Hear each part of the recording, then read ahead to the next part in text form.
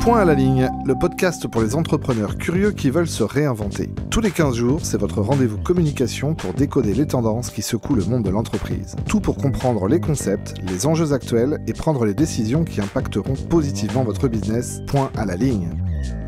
Bonjour à tous et bienvenue dans la deuxième partie de notre podcast consacré à la galaxie LinkedIn et à ses étoiles filantes ou éternelles. Nous sommes ravis de retrouver nos trois invités, Raphaël Carrère, Social Media Manager chez Social Pistache, Jean-Christian Rivet, dirigeant et consultant spécialiste en stratégie de réseau professionnel et numérique, conférencier et formateur, et Jérôme Labbé, dirigeant de la société Horizon Consult. Bonjour et bienvenue à tous les trois.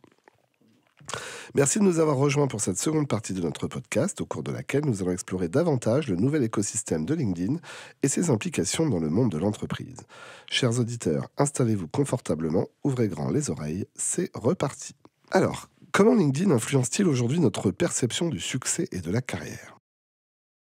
Alors, on le disait tout à l'heure, il y a beaucoup de choses beaucoup de paillettes ou d'autres choses. Par contre, je trouve que sur LinkedIn, on arrive à découvrir aussi de très belles personnes qui portent de très beaux projets avec de très belles valeurs et qu'on n'aurait peut-être jamais découvert sur d'autres réseaux, puisqu'on n'est pas forcément dans la cible directe de ces personnes, mais que leur parcours entrepreneurial est vraiment inspirant. Et ça, pour ça, je trouve ça génial parce que c'est un succès sur lequel c'est pas du gourou, mais on est sur un succès qui est vrai, où il y a eu du travail derrière, il y a eu une réflexion.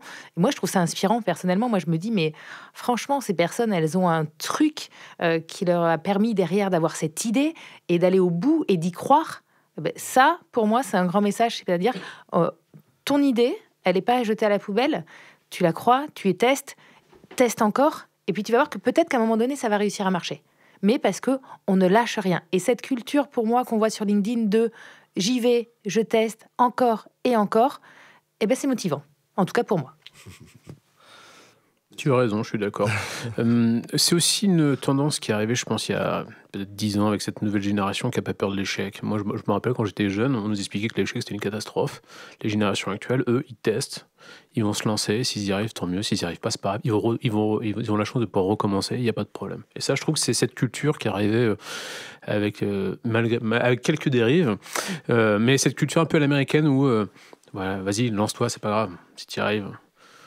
Et si tu te loupes, il n'y a rien de fatal, quoi. Et ça, c'est plutôt un plaisir de voir ça, de voir des jeunes ou des moins jeunes se lancer dans l'aventure. Ouais, c'est un phénomène que moi j'aime beaucoup sur LinkedIn, c'est le building public en fait. C'est-à-dire que tu as une idée, tu commences à la lancer, tu demandes des feedbacks, tu racontes un peu comment ça se passe. Et en fait, non, ça n'a pas marché, ça a marché. Qu'est-ce que vous en pensez et là, il y a des gens de son écosystème, de ses clients, qui viennent raconter un petit peu comment eux, ils ont vécu de l'autre côté de la barrière, etc. Moi, c'est quelque chose que j'aime beaucoup. C'est ce qu'on va retrouver d'ailleurs sur les profils, dans les recommandations qu'on a en fin de profil. Où là, effectivement, les gens disent, bah oui, on a fait ça ensemble, c'est super, j'ai beaucoup aimé ce qu'on a fait sur ce projet-là. Et donc voilà. Ce qui rejoint ce qu'on disait tout à l'heure sur le côté, c'est un réseau, c'est pas un média. En fait, ce qui nous intéresse, c'est 7 personnes, et puis 7 personnes, et puis 7 personnes. Je veux dire, si vous êtes invité par un inconnu complet à un podcast, par exemple, bah, vous allez hésiter, tout ça. Dès que vous voyez que les personnes vont être ça va être des gens de bonne compagnie, hop, vous faites 2 heures de voiture et vous venez au podcast. Et ça, c'est quelque chose qui se fait parce que justement, on est dans les individus, en fait. Moi, ce que j'aime, c'est que je navigue aussi dans certaines écoles de commerce ou autres, et c'est des jeunes qui sont déjà patrons d'entreprise, où ils ont lancé une activité en parallèle de leurs études, et ça, c'est magique quand même. Genre, il y a 20 ans, ça existait pas, ou si peu. Maintenant, c'est devenu monnaie courante, quoi. Et donc, on les revoit sur LinkedIn, et c'est passionnant, je trouve. C'est vraiment passionnant. Bah, c'est un réseau qui a beaucoup rajeuni, en plus, LinkedIn. Ce que je disais tout à l'heure, il y a une génération qui arrive avec des comportements différents. Exactement. Mais attention, la génération ancienne de LinkedIn, hein, parce que je laquelle la mienne. Tu as mon ancienneté à moi, qui n'est pas si ancienne que ça, si on ne regarde pas ma carte de naissance. Bien entendu. Non, mais alors, ce qui est beau, c'est justement, pour moi, ce que je trouve ça génial, c'est qu'il y a ces jeunes qui arrivent, mais il y a aussi ces moins jeunes qui ont mis du temps, parce que l'entrepreneuriat, on n'a pas été formé, on n'est pas formé dans nos écoles françaises à l'entrepreneuriat. On nous dit pas, on est formé pour être de bons petits salariés, de bons petits soldats, souvent. Sauf que du coup, l'entrepreneuriat, si on n'a personne dans notre famille, moi ça a été le cas, qui a entrepris, ça fait peur. ça fait peur parce qu'il n'y a pas de filet de sécurité, il y a plein de choses, ça peut faire extrêmement peur. Qu'aujourd'hui, de voir tout ça, on peut se dire, en fait, il y a un champ des possibles qui s'offre à nous, et donc qu'on soit jeune ou moins jeune. Je tiens au moins jeune. Après être salarié, c'est pas non plus une corvée. Ça peut être aussi. Non, des fois, on voit des communications qui salarié, c'est une catastrophe. non. Ce que j'aime, ce que tu viens de dire, c'est on a le choix maintenant. On a toutes les possibilités. Et puis chacun va trouver son compte. Il y a des angoisses qu'on va avoir dans l'entrepreneuriat qu'on n'aura pas dans le salariat. Et il y a des choses qu'on va retrouver dans l'entrepreneuriat pour peut-être en tout cas quelque chose de plus personnel, mais l'entrepreneuriat ne convient pas à tout le monde. Et ça, je le dis régulièrement, l'entrepreneuriat ne convient pas à tout le monde. Il faut des fois passer par la case salariat pour se dire est-ce que j'y vais, est-ce que j'y vais pas. Ça sert à rien de se lancer parce que tout le monde se lance sur l'entrepreneuriat. Et on peut prendre la parole sur LinkedIn en étant salarié aussi. C'est pas parce qu'on est salarié qu'on n'a pas droit à la parole. On a des idées, on a des choses, on peut dans tous les cas partager. Et d'ailleurs, c'est intéressant parce qu'effectivement, le phénomène des étudiants entrepreneurs, moi, j'ai démarré en 2001 en école de commerce, on avait peu, petit à petit ça a grandi. Et moi, ce que j'adore, c'est après les profils que ça fait de candidats. Parce que même si leur activité, elle va pas au-delà de leurs études ou ça n'a pas forcément marché, c'est quand même des profils qui savent ce que c'est un client, savent ce que c'est un chiffre d'affaires, savent que c'est pas aussi simple que ça. Et donc, en tant que collaborateur derrière, ils ont une conscience de ce qu'est l'entreprise dans laquelle ils rentrent, qu'ils ont vécu de l'intérieur. Et ça, pour moi, ça change vraiment tout, quoi. Est-ce que LinkedIn, d'après vous, est toujours un lieu où on peut vraiment construire des relations pro significatives ? Non, je vais commencer. C'est parti. La réponse est oui. Je dirais que c'est les mêmes obligatoires aujourd'hui. Si je parle de Horizon Consult, donc notre société, nous on s'appuie pas au quotidien, mais de façon hebdomadaire sur ce réseau pour communiquer à nos clients, nos prospects et surtout aussi recruter. C'est un des gros leviers pour nous, c'est le recrutement, ce support. Donc je pense que c'est obligatoire. Moi, je trouve qu'aujourd'hui, en effet, c'est important d'y être. Alors moi, pour trouver des prospects et des clients, mais aussi pour trouver des pairs avec qui échanger sur des problématiques ou autres. Alors forcément, là, sur les pairs, le réseau est plus réduit parce qu'on choisit avec qui on a envie de discuter. Et c'est aussi le choix. On n'est pas obligé de discuter avec tout le monde. Et ça permet d'avancer parce que quand on est entrepreneur, en tout cas moi, dans mon cas, je suis seule. Donc c'est vrai que des fois, d'être seule, confrontée à certains problèmes ou seule, confrontée à des doutes qui me sont propres dans mon activité, il y a de quoi devenir folle. Et du coup, de pouvoir lâcher prise, lâcher la grappe en discutant avec des pairs qui rencontrent exactement les mêmes soucis que moi au même moment ou qui ont eu des soucis avant et qui vont me dire écoute, moi je l'ai résolu comme ça. Du coup, il y a un début de solution qui s'amorce et au lieu d'être au fond du trou, on est en train de le remonter. Donc c'est vrai qu'on peut trouver du soutien autant que des prospects et des clients. Moi, j'aime bien une formule d'Alain Bosetti, qui est l'organisateur du salon SME, pour ceux qui connaissent à Paris, et en fait, qui a dit dans son bouquin sur les réseaux, qui date d'il y a, je crois, peut-être 20 ans, il disait, en fait, les réseaux, c'est un accélérateur quand tout va bien, un amortisseur quand tout va mal. Et j'ai trouvé, moi, cette formule, elle me guide depuis toutes ces années, parce que, en fait, l'arrivée des réseaux sociaux, ça a amené quelque chose, qu'on avait déjà ce phénomène de soutien, d'accélération ou de soutien quand ça va pas bien. Mais en fait, c'était limité à un cercle assez étroit, c'est-à-dire les gens autour de nous. Donc, soit son environnement proche, soit les gens qu'on rencontre dans des réseaux physiques, sachant que quand on va pas bien, on sort pas toujours. Des fois, même, on reste un petit peu enfermé chez soi. Et les réseaux sociaux, ça a amené ça, c'est-à-dire que ça accélère le temps et on peut rester en contact avec des gens à distance. Alors, j'enfonce une porte ouverte en disant ça, sauf que moi, je vois trop de gens qui rencontrent des gens dans le physique et puis qui après, hésitent à les demander en contact, puis même n'osent même pas après derrière envoyer un message perso, prendre des nouvelles, etc. Ou au moins aller dans les commentaires de ces personnes-là. Et pour moi, la clé de LinkedIn, elle est là. C'est-à-dire que toute personne, là, j'étais dans un événement de conférencier vendredi, j'ai rencontré quelques nouvelles personnes, on s'est demandé en contact, c'était celui qui serait le plus rapide sur LinkedIn, et depuis, on a échangé, on a dû faire des commentaires sur des posts, j'y suis allé, etc. Et tout ça en 72 heures, quoi. Et je crois que LinkedIn, c'est cette grande richesse-là. C'est de se dire, je peux aller entretenir la relation avec 500 personnes en même temps si je veux, quoi. Se répartir sur un mois entre les commentaires, les j'aime, les messages perso, ça peut être ça, quoi. Ça peut être un truc absolument énorme, quoi. Et là, à condition, de temps en temps, d'être soit en face à face physique, soit en visio. Moi, j'ai énormément de rendez-vous en visio avec des gens pour prendre des nouvelles, voir, comme tu disais, les pairs, qu'est-ce qu'on pourrait faire ensemble. Et ce qui est bien aussi, en gardant le contact, c'est qu'il y a des gens, à un instant T, ils n'ont pas forcément besoin de toi, parce qu'ils sont soit pas ouverts, soit c'est pas leur activité. Par contre, on ne sait pas ce qui va se passer dans 2-3 ans. Peut-être qu'en fait, cette personne que tu as rencontrée en physique ou avec laquelle tu as déjà échangé sur LinkedIn, va du coup, demain, a besoin de toi, elle va penser à toi, puisqu'elle te voit régulièrement, puisque tu échanges régulièrement avec. Donc, il faut surtout pas, et je te rejoins là-dessus, oublier qu'on est sur un réseau social. Social. Donc, comme dans la vie réelle, on va faire des échanges de cartes, on va les garder, on les placarde au mur, on en fait ce qu'on veut, mais social, c'est-à-dire qu'on va se rappeler de la personne, parce que des fois c'est juste un match qui s'est bien fait, en réel ça peut être juste on a eu un fou rire, on a rigolé, donc on va se rappeler, et LinkedIn permet de garder ce lien vraiment, et ça c'est super important. Moi j'ai 3 phrases en fait qui pour moi symbolisent les réseaux. La première c'est qu'est-ce que je peux faire pour toi. La deuxième c'est est-ce que tu connaîtrais quelqu'un qui. Mais celle qui est la plus magique c'est ah ça tombe bien que je te vois. Et le nombre de fois où les gens m'ont dit « ça tombe bien que je te vois », et je me suis dit « donc si tu m'avais pas vu, t'aurais fait quoi ?» T'en aurais parlé à quelqu'un d'autre, t'aurais laissé tomber ton projet, qu'est-ce que t'aurais fait quoi. Voilà, pour moi, c'est 3 phrases magiques. Alors, on a parlé des débriefs tout à l'heure, mais tout n'est pas pourri au Royaume du Danemark. Quelles sont les grandes forces du personal branding sur LinkedIn aujourd'hui ? Alors, c'est justement de devenir mémorable. Totalement. En fait, quand on travaille bien, alors quand on parle de personal branding, moi j'aime bien tout remettre en français pour expliquer, on parle de marque personnelle. Donc c'est-à-dire qu'on est là, on incarne sa marque.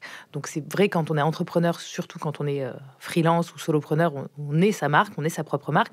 Et donc de devenir mémorable et qu'on soit rattaché à sa marque, donc vraiment le personal branding fait la différence. C'est-à-dire qu'on va se dire entre A et B, en fait, je préfère A parce qu'en fait, il y a tout qui me correspond dans ces valeurs. Le personal branding, du coup, c'est les valeurs, mais c'est qui on est, qu'est-ce qu'on veut véhiculer, avec qui on veut travailler.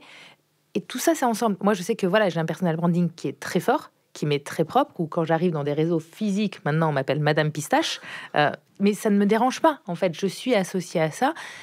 Et on sait que voilà, je suis la même exactement quand je suis en réseau que quand je suis en virtuel. Et ça, c'est vraiment important. C'est-à-dire qu'il ne faut surtout pas jouer un rôle. Personal branding ne veut pas dire être acteur ou surjouer ou n'importe. Non, c'est juste appuyer sur les points sur lesquels on veut appuyer. Je raconte pas toute ma vie sur LinkedIn. Je suis bien loin des dérives. Hein. Je suis pas en train de T'as mettre. Pas ton billet d'avion pour Dubaï ?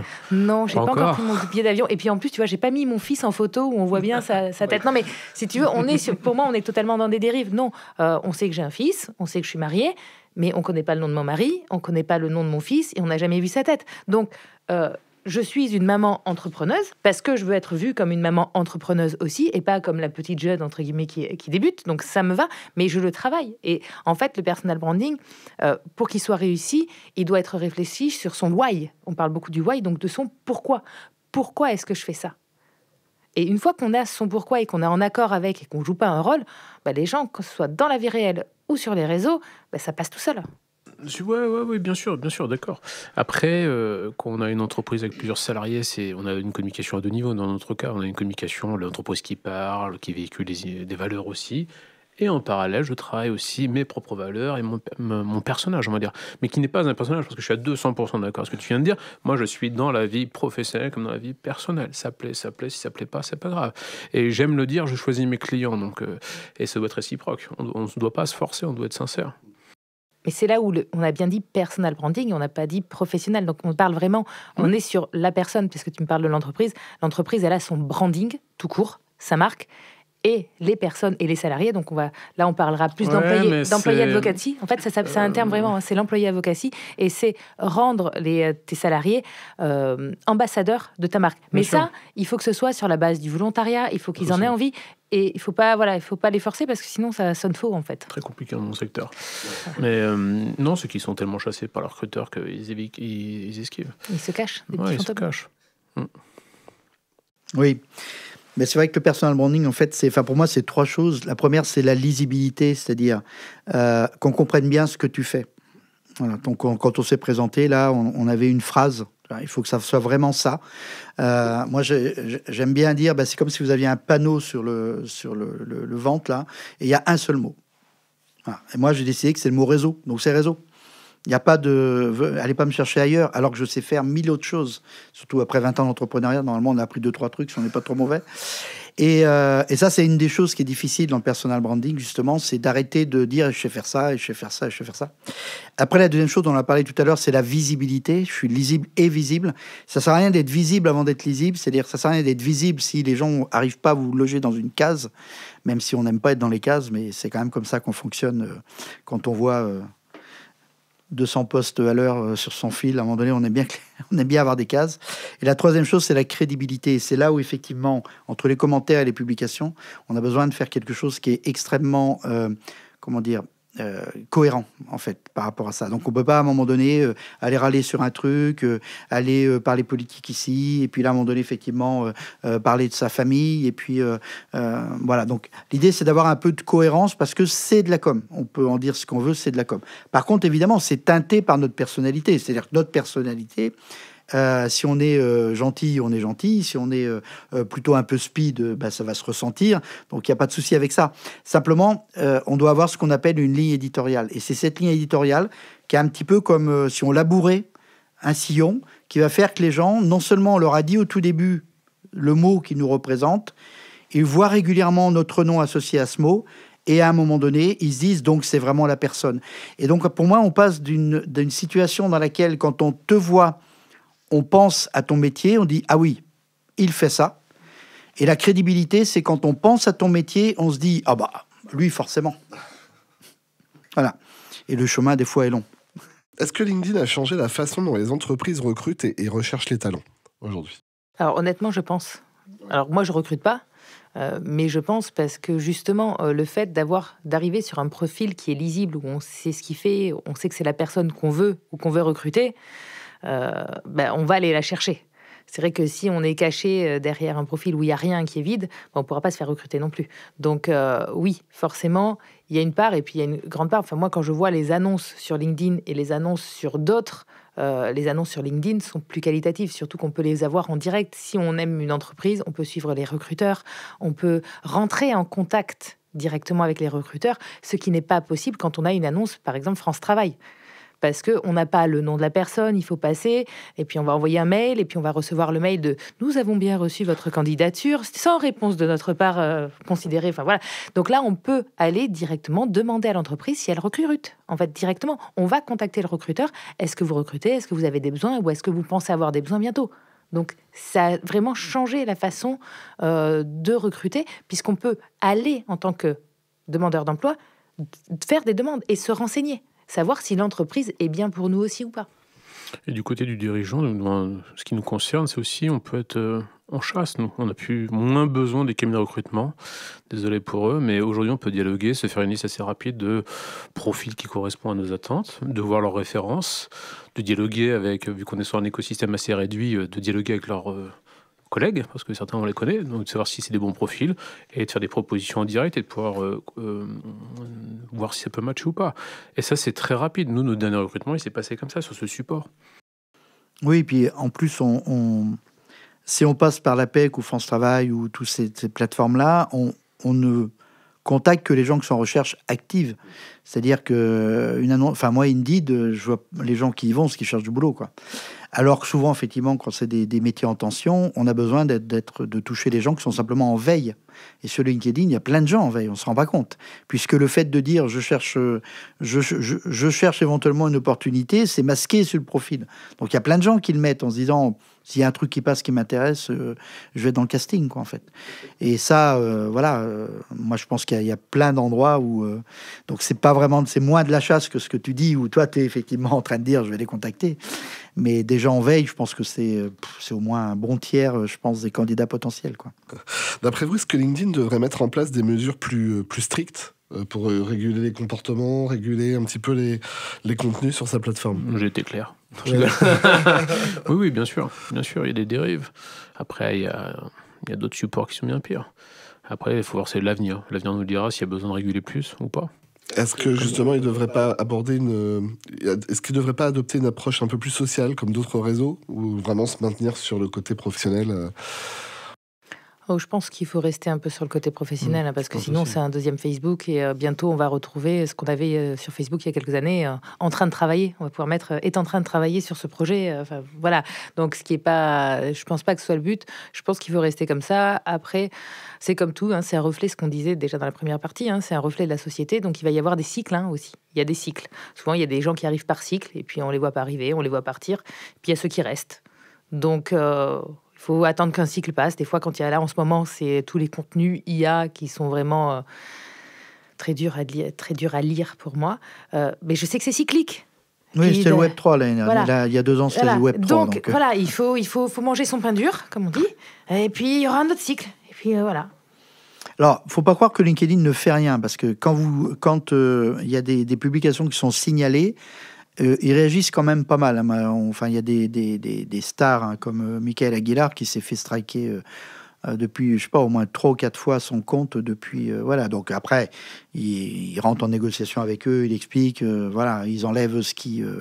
Voilà, et donc il perd pas ses 350 000 abonnés, mais c'est quand même. Enfin, il y a des comptes qui se font striker, justement sur l'IA. Mais il est pas à Dubaï, d'ailleurs?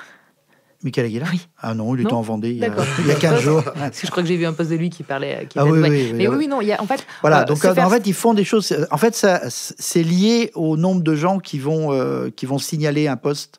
Et si effectivement c'est à répétition que les posts, c'est-à-dire que la personne, elle abuse régulièrement de certains sujets, à ce moment-là, ils vont. Je pense ils vont que striker. si LinkedIn voulait faire mieux, ils ont la capacité de Ah le non, faire mais d'un j'ai point pas de dit vue qu'ils ne technologique. J'ai pas dit qu'ils Enfin, pouvaient pas c'est faire quand mieux, même j'ai dit domm- qu'ils ne faisaient pas rien. En fait. Je suis entièrement d'accord. Mais c'est quand même dommage de porter ça sur les utilisateurs de LinkedIn pour réguler. Je suis désolé, pour moi, c'est quand même à LinkedIn, comme n'importe quelle société, de réguler ce qui se passe dessus. Ouais, mais je pense qu'on Après, il n'y a râlerait. pas des dérives énormes. Faut Oui. pas, voilà, faut Voilà, je pense mesurer qu'on ce que je dis. râlerait. Attention, il n'y a pas de dérives énormes qui nécessitent. Voilà. Mais ce que je disais tout à l'heure, il faut voir à l'avenir.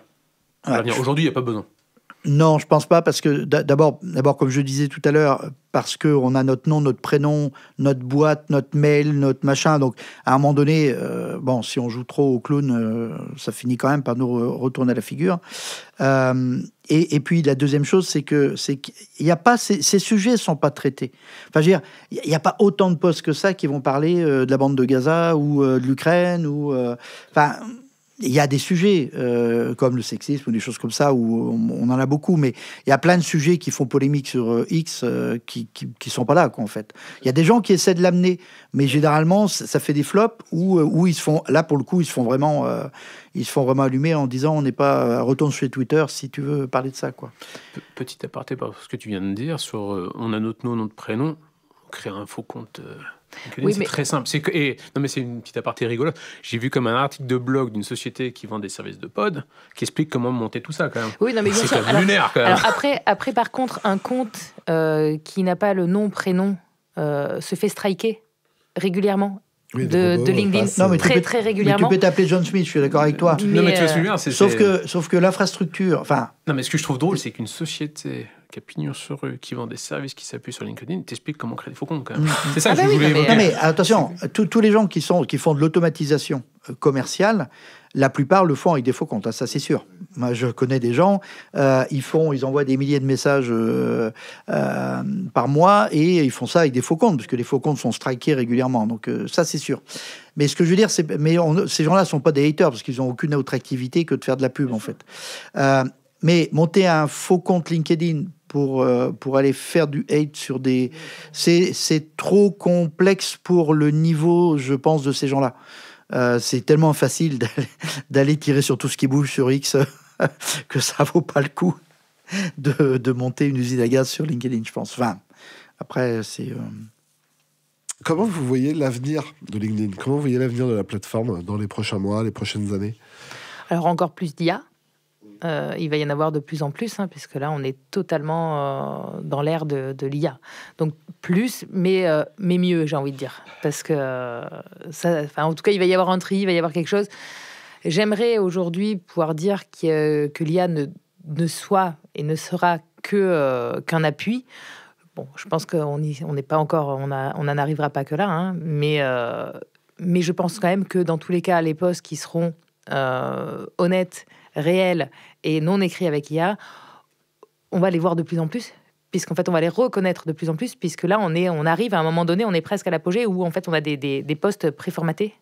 Il y a le 1, le 2, le 3, c'est les mêmes mots, c'est les mêmes choses. Donc, et les gens ont plus envie de lire ça. Donc, quand on va avoir quelque chose qui sort un petit peu de l'ordinaire, où on va mettre de l'humain et où on va mettre un petit peu de l'extraordinaire, ben là, on va gagner vraiment et on va vraiment se démarquer.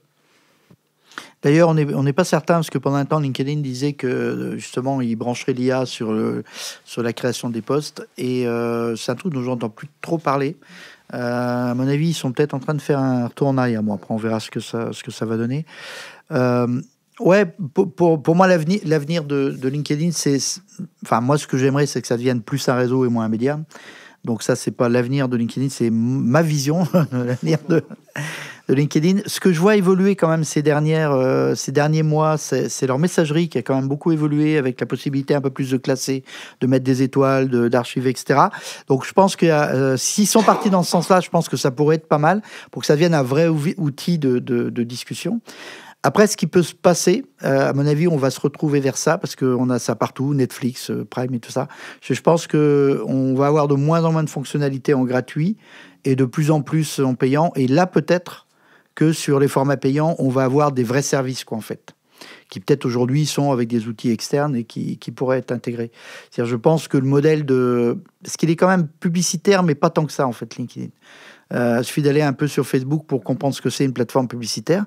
Donc je pense que quand même, je pense qu'il peut y avoir des services payants qui soient intéressants pour pas mal de gens, comme les vues des profils, comme voilà.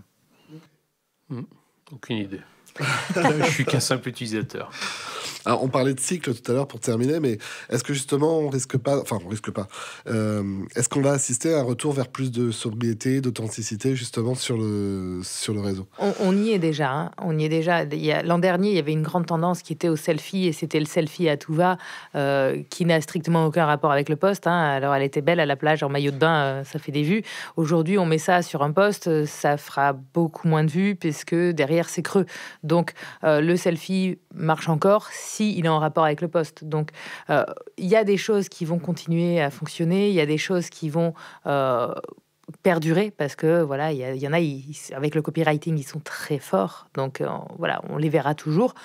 Ça n'empêche que voilà, demain, LinkedIn est encore une plateforme sur laquelle on va pouvoir compter, et encore plus par rapport à l'emploi et à l'entrepreneuriat. Donc non. Et ben après, sauf si, mystère, un nouveau réseau social B2B arrive.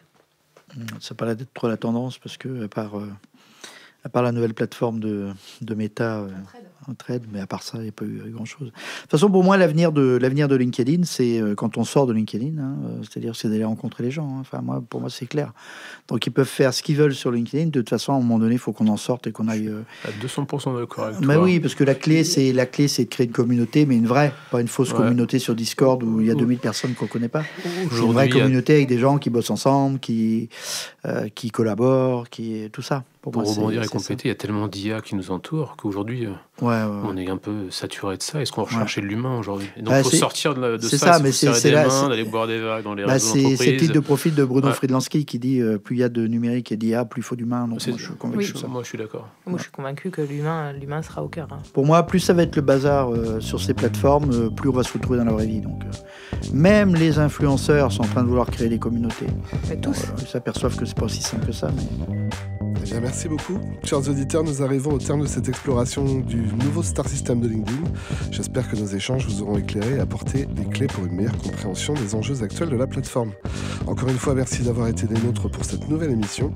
Merci à nos formidables invités pour leur participation et pour nous avoir offert des perspectives éclairées. Merci infiniment à tous les trois. Un gros big up à l'agence CMS, Kid Studio et Semaprod pour la production et la réalisation de ce podcast. Avant de nous quitter, n'oubliez pas de vous abonner, de laisser des commentaires et de partager cet épisode. À bientôt pour une nouvelle aventure passionnante dans le monde fascinant de la communication. En attendant, restez connectés, restez curieux et n'oubliez jamais que la vraie richesse réside dans nos échanges humains.